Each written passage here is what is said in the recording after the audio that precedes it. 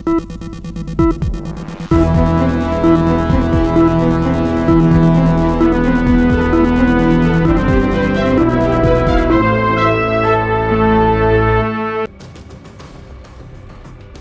प्रदेश की राजनीति का जब भी जिक्र होता है तो राजा भैया का नाम सबसे पहले जहन में आता है। कभी बगावती तेवर तो कभी दोस्ताना अंदाज। कुंडा के विधायक रघुराज प्रताप सिंह उर्फ राजा भैया हमेशा सुर्खियों में रहते हैं और अब एक बार फिर वो चर्चा में है, लेकिन इस बार वजह कुछ खास है। कोर्ट में अपने मुकदमे को वापस लेते हुए वो अखिलेश यादव की समाजवादी पार्टी के और करीब नजर आ रहे हैं। क्या अब सपा से दुश्मनी की दीवारों को गिराकर दोस्ती की राह पर चलने का इरादा है? उत्तर प्रदेश की राजनीति में रिश्ते कब बदल जाएं, इसका अंदाजा लगाना थोड़ा मुश्किल है।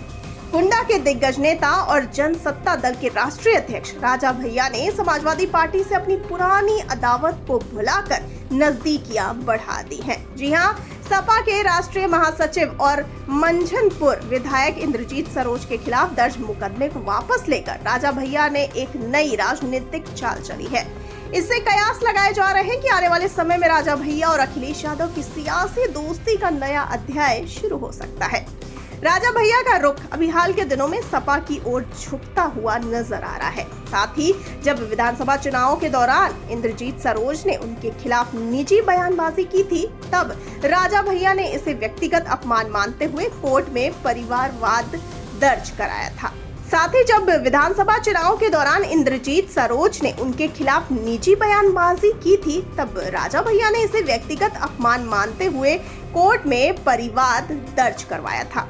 लेकिन समय का पहिया घूमा और अब वही राजा भैया, जिन्हें एक समय समाजवादी पार्टी से दूरी बनाने का सलाहकार माना जाता था, उन्होंने खुद ही अदालत में पहुंचकर इस मुकदमे को वापस ले लिया।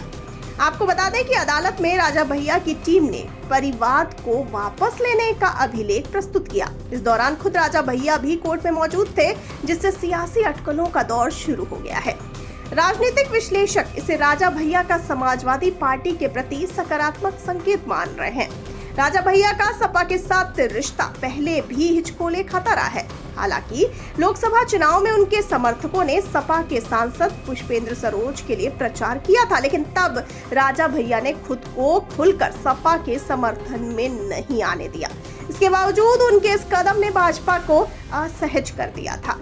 राजा भैया के इस फैसले से उत्तर प्रदेश की राजनीति में सपा जनसत्ता दल के बीच संभावित गठबंधन की चर्चा तेज हो गई है और राजनीति में अदावतें कब दोस्ती में बदल जाए और कब फिर से दुश्मनी में, इसका अंदाजा लगाना थोड़ा मुश्किल है।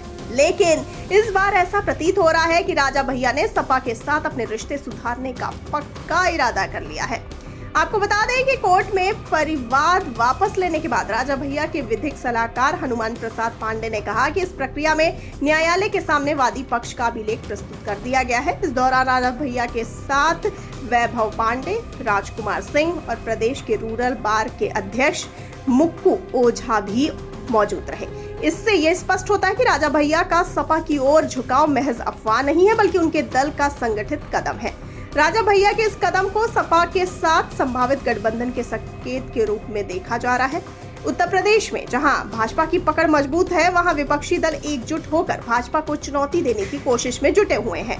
अखिलेश यादव का समाजवादी दल इस गठबंधन में एक अहम भूमिका निभा सकता है। आपको बताते चले कि राजा भैया का सपा की ओर यह झुकाव भाजपा के लिए चिंता का कारण बन सकता है, खासकर तब जब राज्य के कुछ विधानसभा क्षेत्रों में राजा भैया का अपना अलग प्रभाव है।